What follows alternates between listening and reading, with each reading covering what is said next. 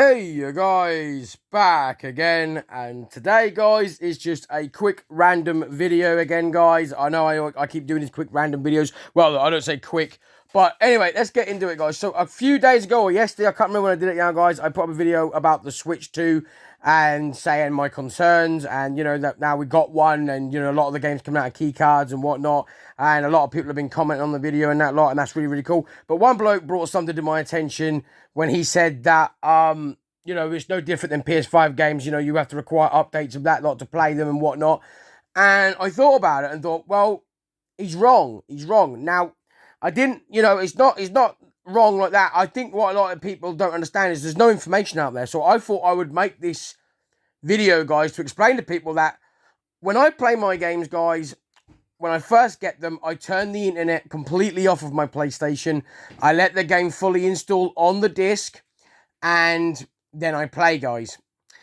If the game then says it needs an update or I need to update the game to play it, then I make a video, guys, explaining to you guys that the game is online only, because basically without that patch, without that update, the game is unplayable. You can't play it. But 90% of my PlayStation 5 library, guys, that I own works without any internet, without any patches, without any updates. I.e., like recently we just picked up the new Gears of War, guys, and I did my research on it, and people have said there is an update needed for the online to play multiplayer, but the entire campaign is on the disc. You do not need to have the internet connection. You don't need to do the updates or nothing. You can turn your PlayStation 5 completely off the internet right now, install Gears of War Reloaded, and play it as intended all the way through the campaign.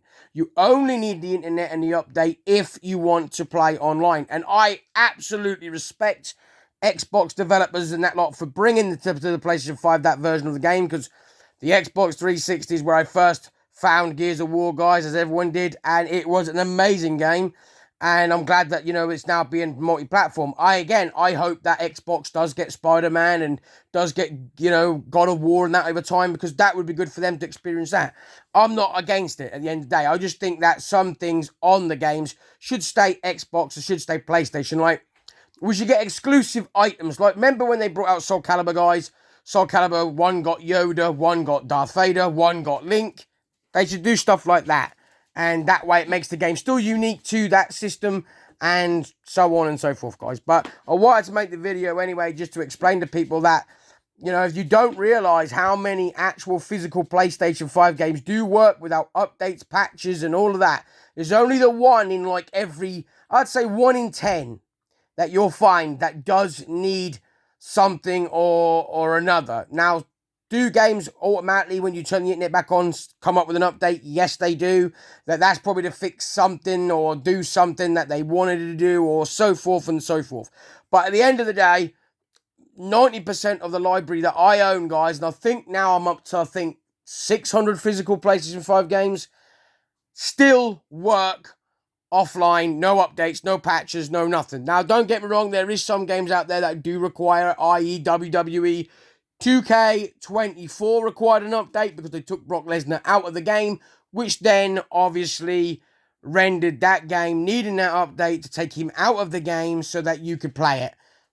They did that.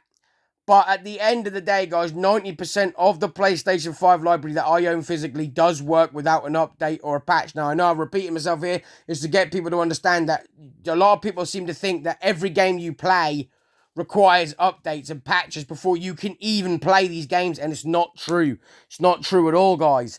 It's like the same with these Switch games. 90% of my Switch collection, you do not need to have the internet or anything to play these games. There is some that's hidden under a barrier that you need a link to count because they've got them app, but there is still ways around that, apparently. I've just got to do my research on it. But I play my Switch Lite offline. I've never had an update on that system. It is still the day it came out of the box, and I play all my games that way, guys. Now, speaking of which, though, I might as well make the video on this as well now. Ace Combat 7, guys, for the Switch. Why is it so expensive and hard to get a hold of? Like, I ended up paying like 33 quid for this game, guys, and I didn't want to pay that for that because it's getting on an age, and I only basically play duplicated games like this one on the Switch because I like to play it in handheld mode.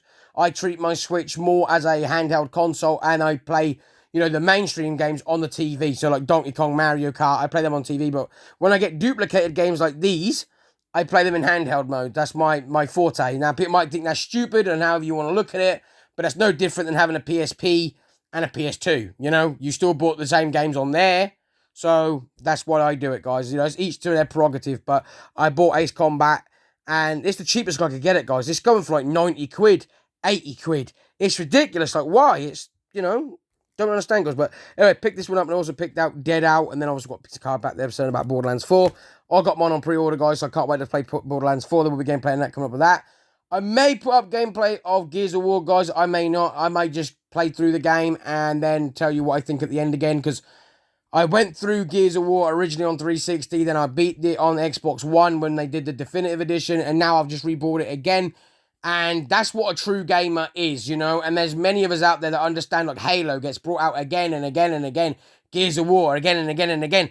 But if you love gaming and you know that these games are like the Bibles of video games, you don't mind paying for it. I mean, Gears of War is an absolute blast of a game. If you've never played it because you never owned a 360 or owned an Xbox and you has always been PlayStation only or Nintendo, you should definitely give it a go because it is an amazing game. But anyway, that's enough rambling, guys. I just wanted to make the video, like I said, because I think so many people are uneducated about the fact, because there's no information out there, that a lot of the actual PlayStation 5 games physically do work without any updates, any patches, or any internet connection altogether. So I just wanted to make that video clear. And if anybody wants me to prove that, I would be glad, you know, and happy to prove that, guys. I can put any game I got that I'm telling you will work offline on the system, and I can be playing it with no internet, no updates, no nothing. You'll see the game fully installed on the disc, and then I can play it. So, you know, people need to look into that, because I think a lot of people are put off the physical market thinking, well, if it's the same as the digital market, you know, you've got to do these updates and patches and upload and all that, then I might as well just buy it digitally, and that's why they've gone digital. They don't realise a lot of these games actually do play without any of these problems. So I just thought I'd make the video on it, guys. Anyway, I'll be back to doing normal videos in the future, guys. I'm going to have a little break from doing a lot of different things because my brain is just fucking crashing out, guys. I've got to just get things back in perspective a little bit. So, you know, I've just been chilling. That's why I haven't really uploading anything or doing much. I just keep doing my shorts and, you know, trying to get my brain back to kick back into gear a little bit. I've got a little bit of brain fog on everything, and that's why I'm a little bit all over the place, guys. But, yeah, at the minute I'm coming back up from where I was down again. And like I said, I don't, what a poor me's routine. It's just something that happens when you got mental illness. You just go up, you go down, up, down, up. That's like a fucking roller coaster. But anyway, guys, that was the video today. I will be back, like I said, doing normal gameplays and stuff before long. I've got some ideas and stuff that I think people will enjoy, so stay tuned for that. But for now, guys, thank you very much for watching, and I'll see you all in the next one.